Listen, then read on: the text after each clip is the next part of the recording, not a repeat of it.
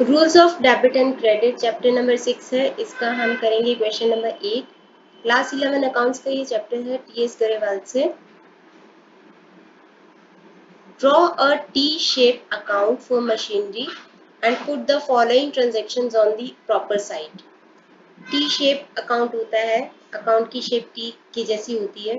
Although यहाँ पे हम पूरा फॉर्मेट की उसके बेसिस पे अकाउंट नहीं बना रहे हैं, पूरे फॉर्मेट के बेसिस पे होता है date particular JF amount, date particular JF amount, debit और क्रेडिट दोनों साइड्स पे। बट अभी हम यहाँ पे क्योंकि आपने एंट्री अभी नहीं सीखा है, तो जस्ट हमें दिखाना है कि इनको डेबिट में रिकॉर्ड किया जाएगा या क्रेडिट साइड पे रिकॉर्ड किया जाएगा। तो इतना ही फॉर्मेट आपको लगेगा। डेबिट साइड को आप लिख सकते हो डी आर डॉट करके और क्रेडिट साइड को सी आर डॉट करके हम लिख सकते हैं। अब मशीनरी अकाउंट बना रहे हैं तो मशीनरी एक एसेट होती है, तो आपको इसका रूल पता होना चाहिए कि अगर मशीनरी इंक्रीज होगी तो उसको हम डेबिट साइड पे लिखेंगे और अगर डिक्रीज होगी तो उसको हम क्रेडिट साइड पे लिखेंगे। तो सबसे पहला है मशीनरी परचेज 40,000। मशीनरी अगर परचेज की है तो मशीनरी बढ़ जाएगी हमारे पास बिजनेस के अंदर, तो इसको हम लिखेंगे डेबिट साइड पे। तो आपको लिखना है नंबर 1 मशीनरी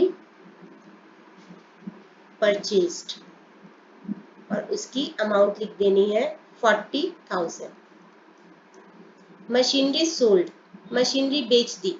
अगर मशीनरी बेच दी यानी एसेट बेच दी तो एसेट कम हो गई, कम हो गई तो उसको हम क्रेडिट साइड पे लिखेंगे, तो 10,000। और यहाँ पे लिखेंगे नंबर 2 मशीनरी सोल्ड या sold machinery.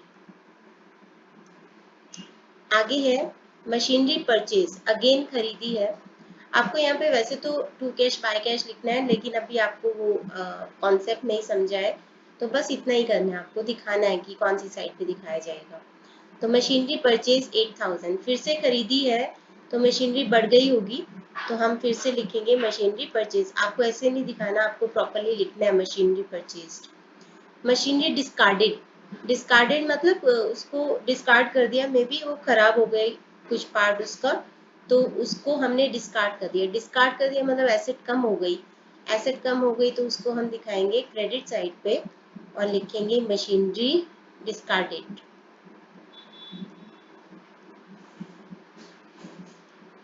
Depreciation on machinery 1000। Depreciation का मतलब होता है reduction in the value of asset. जब काम करते करते घस जाती है मशीनरी या फिर विद पैसेज ऑफ टाइम घस जाती है, उसकी वैल्यू कम हो जाती है।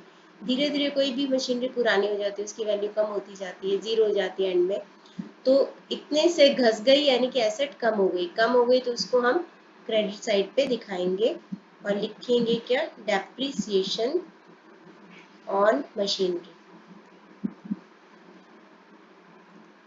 एसेट जो होती है ना उसका हमेशा डेबिट बैलेंस होता है, सिवाय बैंक के। बैंक का क्रेडिट बैलेंस भी हो सकता है क्योंकि बैंक ओवरड्राफ्ट हो सकता है, यानी कि बैंक का नेगेटिव बैलेंस हो सकता है। उसके अलावा हर एक एसेट का डेबिट बैलेंस होता है। इस चीज का मतलब क्या हुआ, इस चीज का मतलब हुआ कि हमेशा डेबिट साइड का टोटल ज्यादा होगा। तो आपको क्या करना है, अकाउंट की दोनों साइड का टोटल सेम होना चाहिए। तो यहाँ पे अगर 48,000 है तो यहाँ पे भी 48,000 होना चाहिए, तो 48,000 है। अब इन तीनों को माइनस कर दो, जो बैलेंसिंग फिगर आएगी ये है 10,000 प्लस 14,000 प्लस 1,000 यानी कि 25,000। इसको माइनस कर दो 48,000 में, तो कितने का बैलेंस आ रहा है, ये बैलेंस आ रहा है 23,000 का। तो आप यहाँ पे लिखोगे बैलेंस, यानी कि मशीनरी का जो बैलेंस बच गया है उसको हम दिखाएंगे इसकी क्रेडिट साइड पे।